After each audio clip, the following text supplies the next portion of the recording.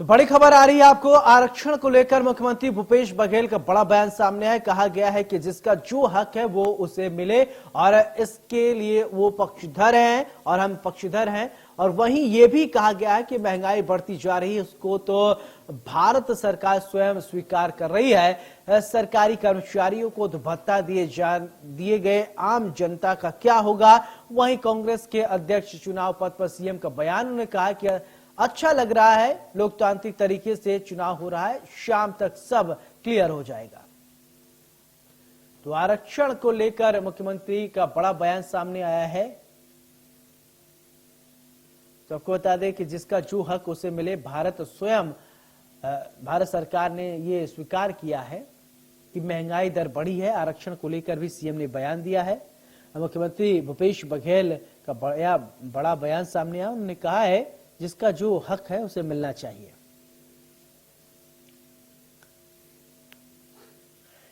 तो जिसका जो हक है उसे मिलना चाहिए।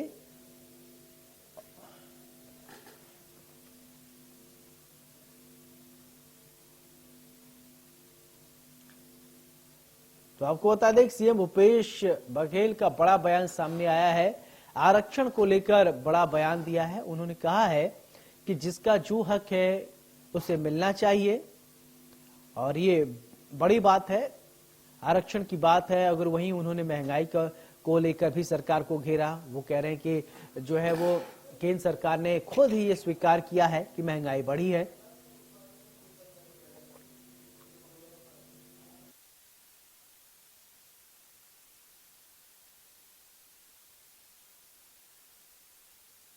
इसी खबर पर ज्यादा जानकारी के साथ मेरे सहयोगी दीपक विश्वकर्मा लाइव जुड़ रहे हैं। दीपक, मुख्यमंत्री भूपेश बघेल का एक बड़ा बयान सामने है। उन्होंने कहा है आरक्षण को लेकर जिसका जो हक है उसे मिलना चाहिए। क्या कुछ जानकारी है आपके पास?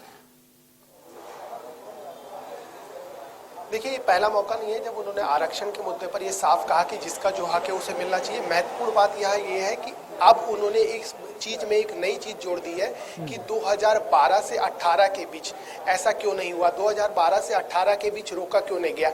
आज जो स्थिति है, भारतीय जनता पार्टी को अपना स्टैंड क्लियर करना चाहिए कि वो 58% आरक्षण के साथ है या जिसको हाई कोर्ट ने रोक लगा के 50% कर दिया उसके साथ है। यहाँ भारतीय जनता पार्टी को स्टैंड करना चाहिए क्योंकि 2011 में जब आदिवासियों ने हल्ला बोला था आरक्षण को लेकर तो 2012 में सीएस की कमेटी बनाकर 58% आरक्षण को लागू कर दिया गया था। उसके बाद 2012 से लेकर 18 तक, 18 का जिक्र इसलिए किया गया क्योंकि 18 में 15 साल बाद कांग्रेस की सरकार आई थी और 18 से लेकर आज हम 2022 में खड़े। 2022 में जो हाई कोर्ट का आदेश आया है उस आदेश में साफ साफ कहा गया है कि ये संविधान का उल्लंघन है। मुख्यमंत्री भूपेश बघेल इस बात को इसलिए कहते हैं क्योंकि प्रदेश में जब से ये हंगामा हुआ है, जब से ये बवाल कटा है आरक्षण को लेकर, तब से दोनों पार्टियां अपनी अपनी बात रखने पे तुली है क्योंकि अगले साल विधानसभा चुनाव है। अगर ये 58 से कम होता है तो इसकी गाज, इसका नुकसान किसको होगा, ये दोनों पार्टियां इससे डरी हुई है क्योंकि लगातार जिस तरीके से मुख्यमंत्री भूपेश बघेल के सामने बात आती है कि आरक्षण को लेकर 58% से 55 हो जाएगा, तो चाहे वो आदिवासी समुदाय हो, चाहे वो ओबीसी समुदाय हो और चाहे वो अन्य पिछड़ा एससी एसटी, ये जो तीनों समुदाय हैं इनको लेकर कहीं ना कहीं डर है कि वोट बैंक खिसक ना जाए क्योंकि नुकसान सीधा देखिए वोट बैंक के ऊपर होगा। तो मुख्यमंत्री इसलिए कह रहे हैं लगातार कि भारतीय जनता पार्टी को अपना स्टैंड क्लियर करना चाहिए कि आप 50% वाले के साथ हैं या 58% वाले के साथ हैं। आप कह रहे हैं दीपक कि वोट बैंक प्रभावित होगा। क्या सिर्फ वोट बैंक के लिए आरक्षण की बात की जाती है? लोगों का हित है उसको नजरअंदाज कर दिया जाता है? क्या ये सिर्फ वोट बैंक तक ही सीमित रह गया है क्या? देखिए, राजनीतिक चश्मे से अगर समझा जाए तो जब लगातार बात होती है, मुख्यमंत्री भूपेश बघेल एक बात कहते हैं जिसका हक है उसको मिलना चाहिए। इसका मतलब 2012 से 18 तक यह हक मिल रहा था। अब अगर हाई कोर्ट का फैसला आया है 2022 में, तो ये फैसला अगर हाई कोर्ट ने लिया है, उसने कहा कि संविधान के खिलाफ है, तो संविधान के खिलाफ अगर था तो 2011 में जब सीएस की कमेटी बनाई गई, उसको अप्रूव किया गया, तब सब लोग सो रहे थे क्या? सरकारें सो रही थी क्या? या जिसने इसको पास किया गया वो सो रहे थे?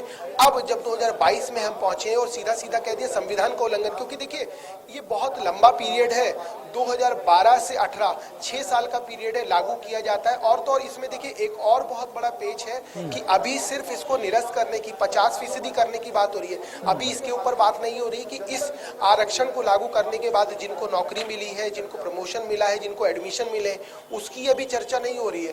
कोर्ट ने अभी उसके ऊपर कोई फैसला नहीं लिया है। अभी तो ये पहला पड़ाव है।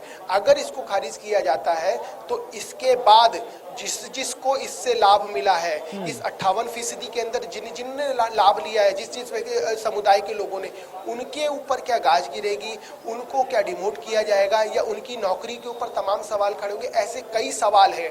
इसीलिए लगातार जब बात की जाती है प्रदेश के मुखिया से, तो कहते हैं जिसका हक है उसको मिलना चाहिए। ये हक की बात इसलिए हो रही है कि जिस दिन इसको खारिज किया गया था तब से लेकर बिल्कुल जिसका हक है उसको मिलना चाहिए। दीपक, आप बने रहिए हमारे साथ, आगे भी आपसे अपडेट लूंगा।